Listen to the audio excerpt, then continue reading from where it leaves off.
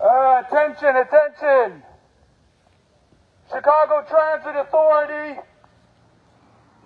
CTA workers, CTA riders, this is a crime scene. This is a crime scene of violence, disrespect, destruction of our rights and our safety. And wage theft. Our wages, our life energy, our pensions. Just on the other side of this facility, the Chicago Police Department had to tape around the trains where there was a terrible accident. We hope to get some facts about what happened, but we know one thing for sure. They're blaming the workers. They're blaming the CTA workers. As usual, the tip of the iceberg of a problem that's deeply rooted in a culture of profits over people, mismanagement, greed. Right here in this very building, one of our brothers was severely injured months ago. And when he reported the injury, the Chicago Transit Authority mismanagement laughed at him. Well, let me tell you about this funny incident that they thought was so hilarious. Our brother's now in surgery, dealing with some kind of severe nerve damage. Thank God he could still walk. And as I speak right now, the Chicago Transit Authority mismanagement is yet again putting noxious, slippery, toxic chemicals in an area of the shop that is meant to clean the motors. It is not a proper area. So, yet again, another person is going to get hurt or possibly killed. So I have a question for you.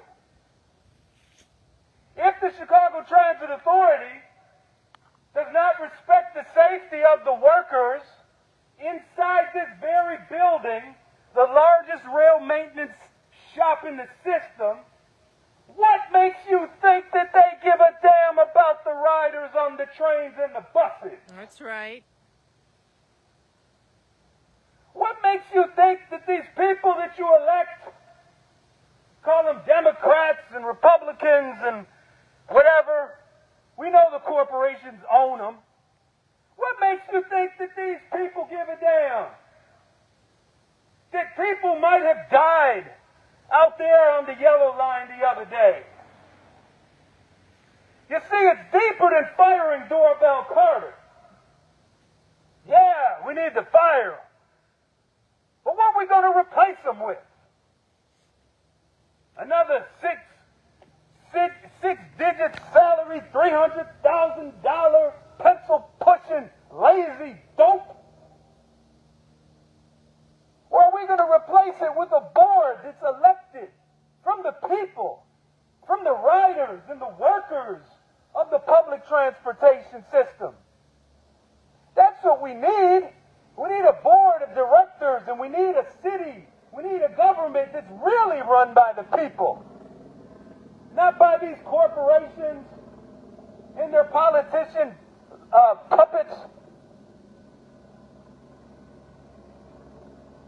We got CTA managers right here that they think our seniority and our union is a joke. They think seniority is something they can play with. They put down in our work assignments, work as assigned. But that's really nothing but union busting jibber jabber. Work as assigned. Wait a minute. I've got seniority. I've got time. So-and-so's got time and put in on years working here. The heart of a union is seniority. You can't just play around with our seniority. Take people off of their picked jobs, move them around as you see fit because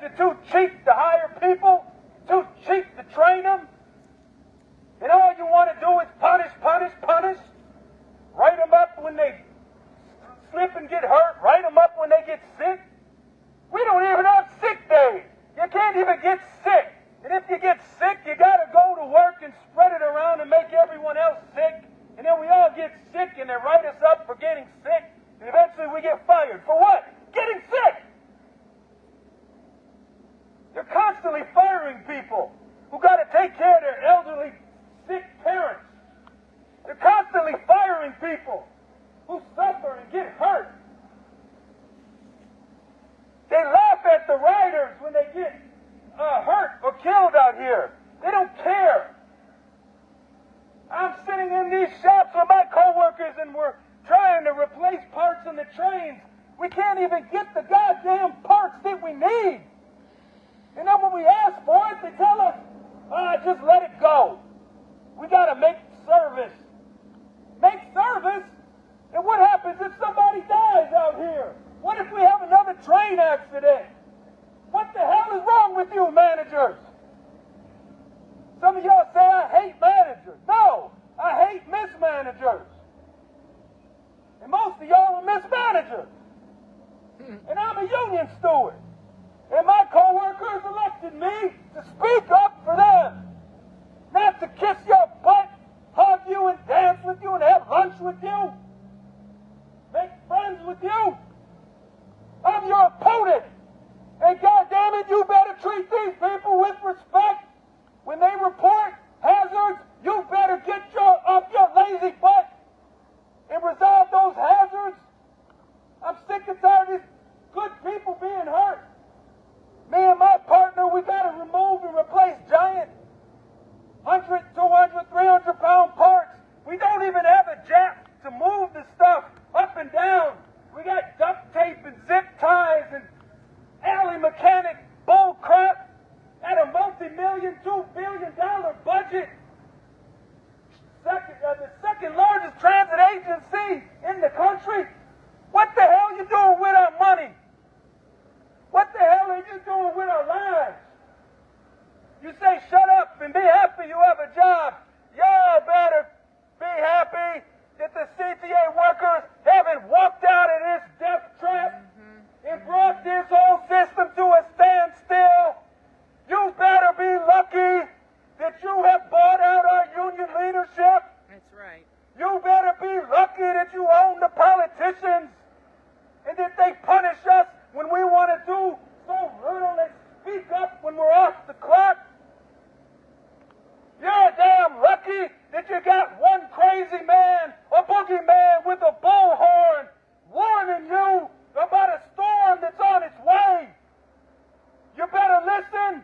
You better stop laughing. You better stop partying, because the end is coming of your destructive acts towards our union and towards our lives and our safety.